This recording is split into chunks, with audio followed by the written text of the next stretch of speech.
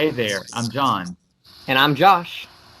and we are obviously not in the same place this week, but we are going to be talking about the Week 6 results of the 2019 college football season. And we're going to start off with what looks like some of what we consider the upsets of this past week. Okay. And so we'll start off, and some of them are technically not upsets, but we'll still, they feel like upsets a little bit, maybe. So the first one was the Friday night game, and it was UCF went to see the Cincinnati Bearcats, and it was a bad visit. I think this is more on the fact that everyone immediately dismissed Cincinnati because they got completely destroyed by Ohio State. And in reality, just because you get beat by Ohio State, I don't think that necessarily needs to reflect too poorly on you. Ohio State's like a phenomenal football team. And Cincinnati, probably the best team in the AAC right now besides Memphis. UCF, freshman quarterback, and man, these past two, like their two losses now, you can really tell, like, freshman quarterback, lots of mistakes. Hopefully, for their sake, they can figure something out here. Yeah, no, I agree. But UCF, I mean, that's a tough loss for them, and it hurts them as far as being that one non-Power 5 team to really challenge. It's sort of two losses now. Pretty much out. Yeah, pretty much they're out. The next one was, and this was sort of a surprise. We didn't even talk about this last when we did our review. Oklahoma State went to see Texas Tech, and we didn't think, that Texas Tech would beat them because Oklahoma State had seemed to start off so well. Competed great against Texas, they really did. And then to fall in this game, I think it just comes down to the coaching ability of the team, not being prepared for some of the team. Texas Tech isn't bad. I'm pretty sure they're 4-1 now. They've only had one loss to Oklahoma. That being said, Oklahoma State should not have lost this game. They're kicking themselves in the foot. Yeah. Hopefully they can still compete with Oklahoma later on down the road. Yeah. Okay. Then we had, and this one was widely contested what might happen with this one. Auburn went down to the swamp to play Florida. And, really, Florida just gave Bo Nix a really hard time. And Bo Nix made some pretty major freshman mistakes. He looked like a freshman in this game. Yeah. Florida, at one point, Florida had their third-string quarterback in, and they were still driving. They were still able to move the ball. Auburn offensively was the biggest problem, though. Turnover killed the defense. Like, the defense wasn't playing bad, but so many turnovers just absolutely killed them. Although Florida also had a number of turnovers, they were just able to come it better. It was sort of a messy game. Both of these defenses look really good. I'm excited to see what Florida can do this coming week. Yeah, you're right. Absolutely. Yeah. Then as far as the Pac-12, the implosion that we call the Pac-12, it just seems like there's almost not a dominant team. Maybe Oregon at this point, but with this one we had Washington went to Stanford, and again in our minds we thought that was going to be a done deal. This is a Stanford team that got absolutely dismantled by UCF. Yes. Yeah. What is this? Washington, what is this? Oh my goodness. Chris Peterson, I don't know what you're up to. This is an embarrassing loss to me. Absolutely no excuses on Washington's part. Yeah. We'll see how they recover. Yeah, it's going to be tough. All right, and then some of the ones that were not surprising. Utah State, I think people expected them to have a little more fight against LSU. But this is what I expected to happen, and I don't know if you saw, but Utah State got just over not quite 200 yards in passing, not even near 200 yards in passing, and they got 19 total rush yards.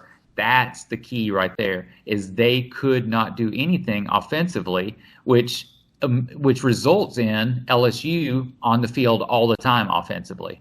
To beat Burroughs, you essentially have to have an offense that can keep up with their offense. Yes. The problem is LSU's defense is also good. So you're kind of running into the problem of, like, not only do you have to have an offense that can score points, it also has to be good enough to score points on LSU's defense. Yeah. It's scary. Keep an eye on them. Absolutely. absolutely. And then we had number 14 Iowa went to play Michigan, number 19 Michigan. And I said ahead of time that Iowa had a stingy defense, but I didn't really talk about the fact that Michigan also had a stingy defense. And that's because I hadn't seen them. Wisconsin made it look like they didn't. That being said, this game, I watched it. It was painful to watch. Offensively, these teams, whew, it was the most boring play calls and everything. That being said, Harbaugh, congratulations. You won against a ranked team. You need so badly. I don't think there's nothing exciting to say about this game. No, there's not. I mean, 10-3. Yeah, not much exciting to say about it. Yeah, good for Michigan. Glad they won it. Iowa, keep it up. It's not their first loss. They're still doing good.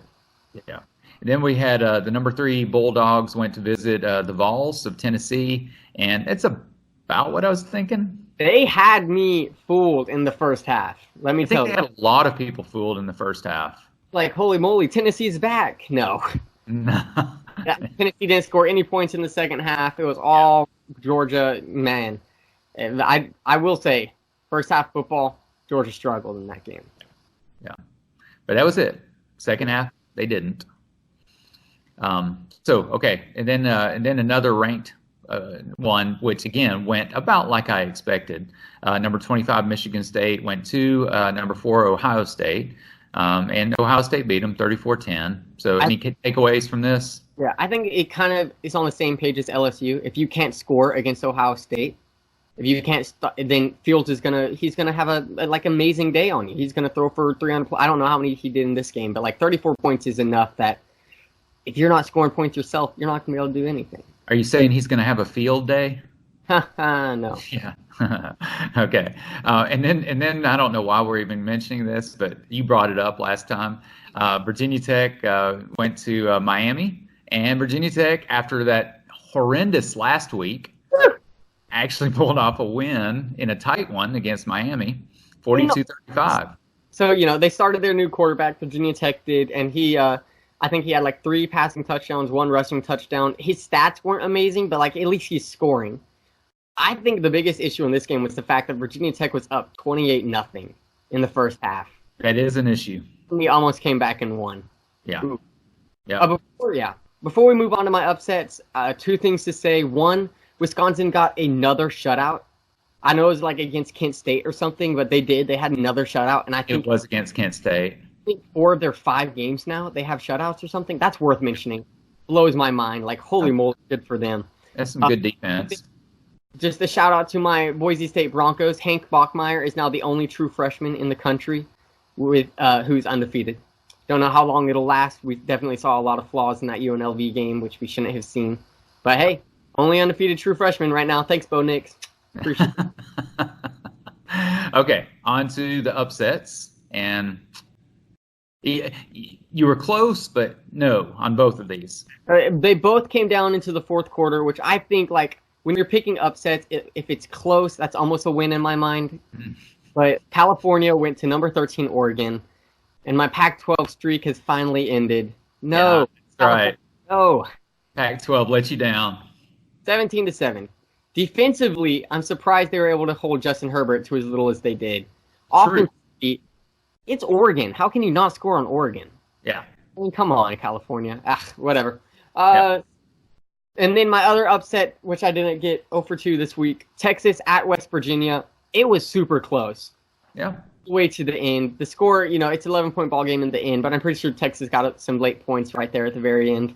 And they had to come back from behind. I know that. Texas came back from behind to win the game. Ellinger, phenomenal quarterback. Respect to him.